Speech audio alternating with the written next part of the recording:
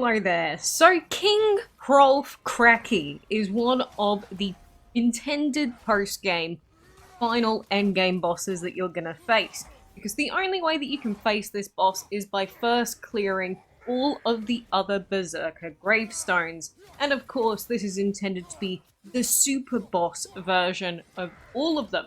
And so today I wanted to do a guide on how you can beat this particular boss on Give Me a Challenge difficulty. Not Give Me God of War, the one below that. For anyone that wanted to try this on essentially hard mode, but wasn't sure how they could actually do it, because it's pretty simple on Give Me a Story, but on hard mode, and obviously Give Me God of War as well, this boss fight can be a little bit annoying. I didn't really go with a super optimal build for any of this, but I do want to warn you that I did have all of my health upgrades, and I did have pretty much almost everything at level 9 or level 8 upgrades. That's weapons and armor. So I was pretty much almost fully decked out with Suitor's armor, and that's what I took into this fight. Your choice of what you take for Spartan Rage, I took Valor just for the extra health healing, and it's really up to you what you want to take for any of the relics and anything else. Depends on what your preference is, but you really realistically would probably want something that can at least disrupt them. And the actual enchantments that I used, I didn't even check them before this fight, to be honest. But obviously if you give you something that can give you extra damage or anything like that, maybe give you some extra defense, that would probably help you out. So I'd be lying if I said this boss didn't take at least a few attempts to get used to the patterns and everything like that, but there is a way to combat every single move that King Hrolf does. You don't need anything special, more or less you just need to know when to run, and you need to be good at parrying, and you can get through this boss with no damage taken, although I was not capable of doing that. But just in case you do want any specific tips, I am there to give those to you today. So we are going to go through this fight start to finish, and then I will re-upload the full unedited fight at the end, but I will stop and pause for specific parts that I want to talk about so that we can go through them piece by piece. So, before this fight starts, I made sure that I frosted up my axe, so then the first attack that I make on this guy will be able to stun him, although I'm actually going to miss it this time because apparently I am incapable of even attacking this enemy efficiently. Yes, that's great. But there were a few different attacks in there, which we will go on to in a second. There is this one attack here that he just did, which is quite a simple one to get through. So he does the big green slam, which we can't avoid that. But he does this red attack where he sort of postures as if he's going to go and zoom into you, and that's exactly what he's about to do. This is probably one of the easiest of his attacks to avoid. When you see this stance here, all that you'll need to do is step off over to the right, and you will be able to avoid this nice and easily. I did try going off to the left once, and I did get hit once or twice, so I would say going off to the right for a lot of King Hrolf's attacks will allow you to avoid it. So there we go, off to the right with a little spin, and we avoided that nice and easily. The next attack that he's going to go into here is where he's going to jump up with a yellow, I don't really know what to call these, but I guess with a yellow circle is the way I'm going to refer to them. And when he does this, best way to avoid this, or combat this, is going to be making sure that you parry at the right time, which I know you got to get the parry timings right, but if we watch this nice and slowly, then when he goes through, he actually didn't even hit me there. But sometimes the AI will just miss with this particular boss. I'm not sure why, but even if you are prepping with your shield, sometimes he does miss. Not that often, but I found that he will just miss you if you are directly below him with a few attacks. And then we can wail on him, then he's going to do some regular attacks, which we are going to parry. As soon as we see red, we are going to skip off to the right. Then he goes back into this blue attack, which he'll sort of posture with his arms up in the air after this section. And then when you see this posturing, you will need to immediately get as close to him as you can and double tap the, L1 button, so that then we can rush into him and break his guard. And by doing that, what we can do is then he will get taken out of this attack, and then we can start wailing on him. This is a really integral part of quite a few boss fights, so I'm sure you've used it before, but as soon as you see this up in the air, both of his arms, and he starts screaming, "Bow to me," that's when you'll want to get as close as you can and rush into him immediately. And we're going to wail on him a little bit more. Next up, he's going to do another yellow attack.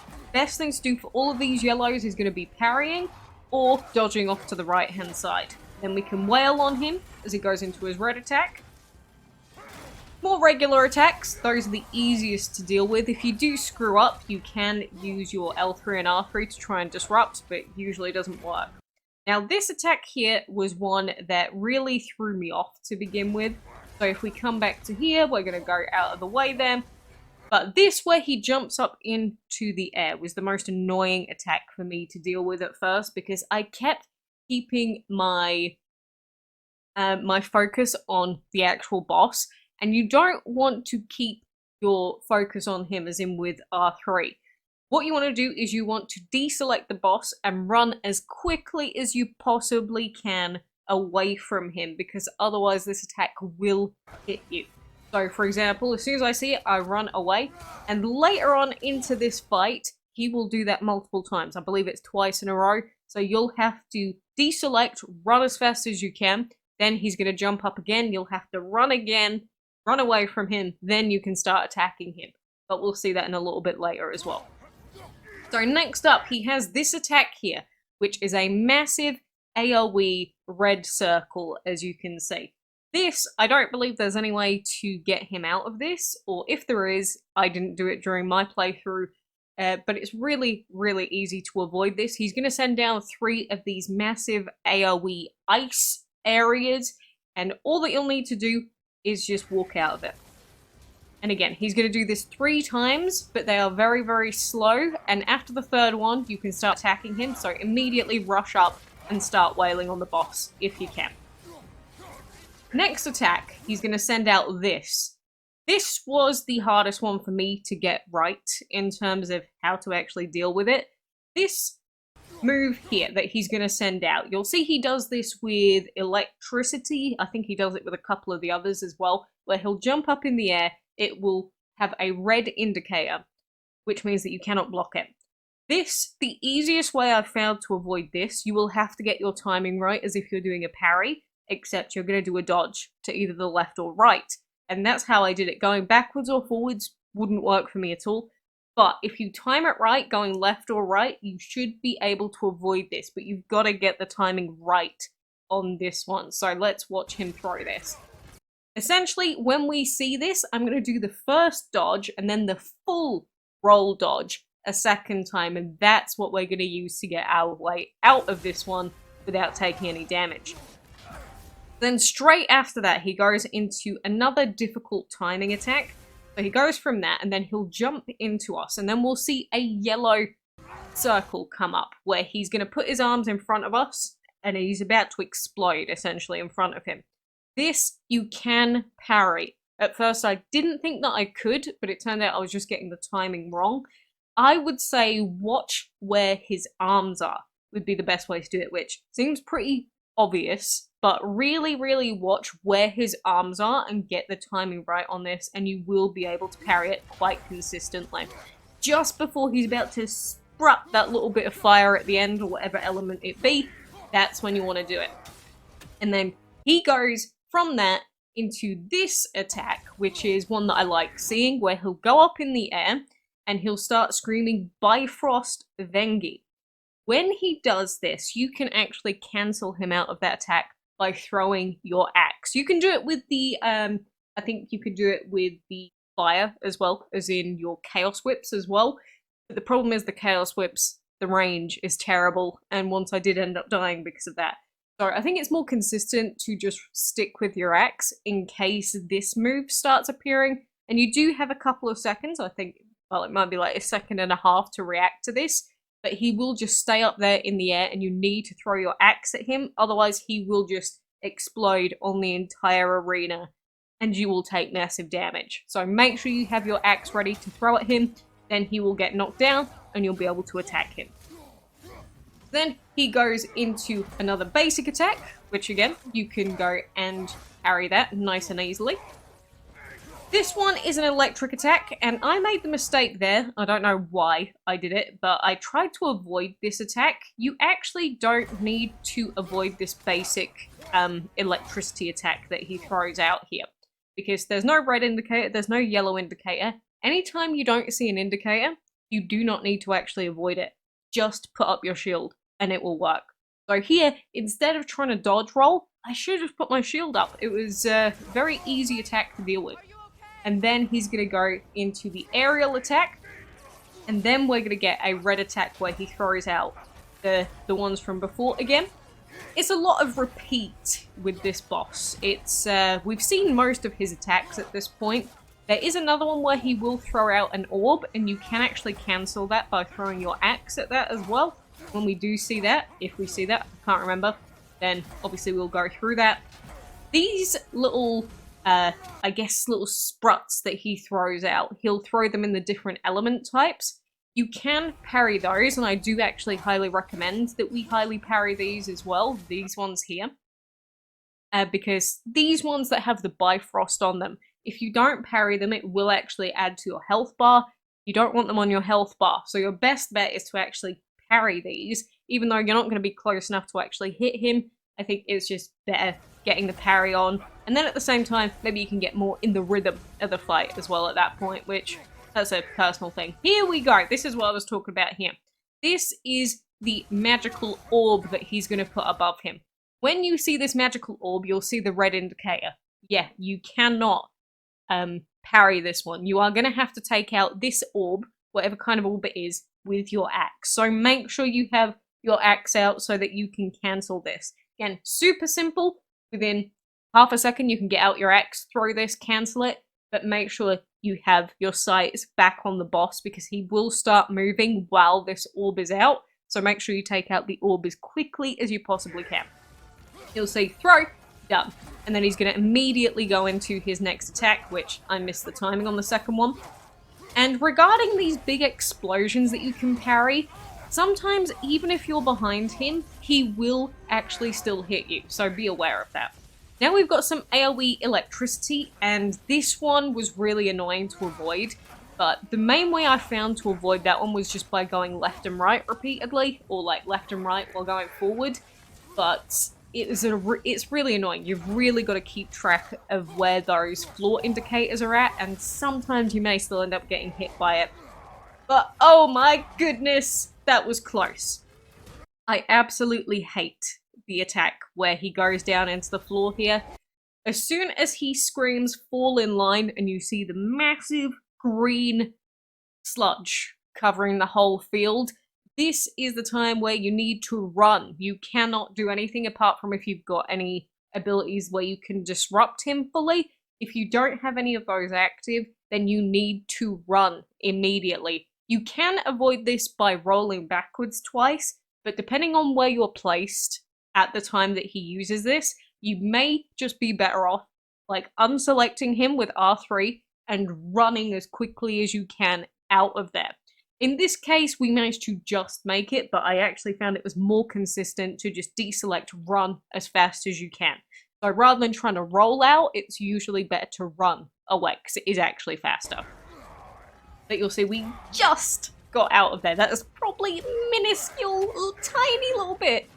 Managed to get out from there. But he's going to go into this multi-hit attack. We can just shield up for that, or we could also parry that if we want to. Depends on what you want to do. But then we're going to run. We didn't quite make it out that time. He's going to throw out those again. We're going to parry the Bifrost.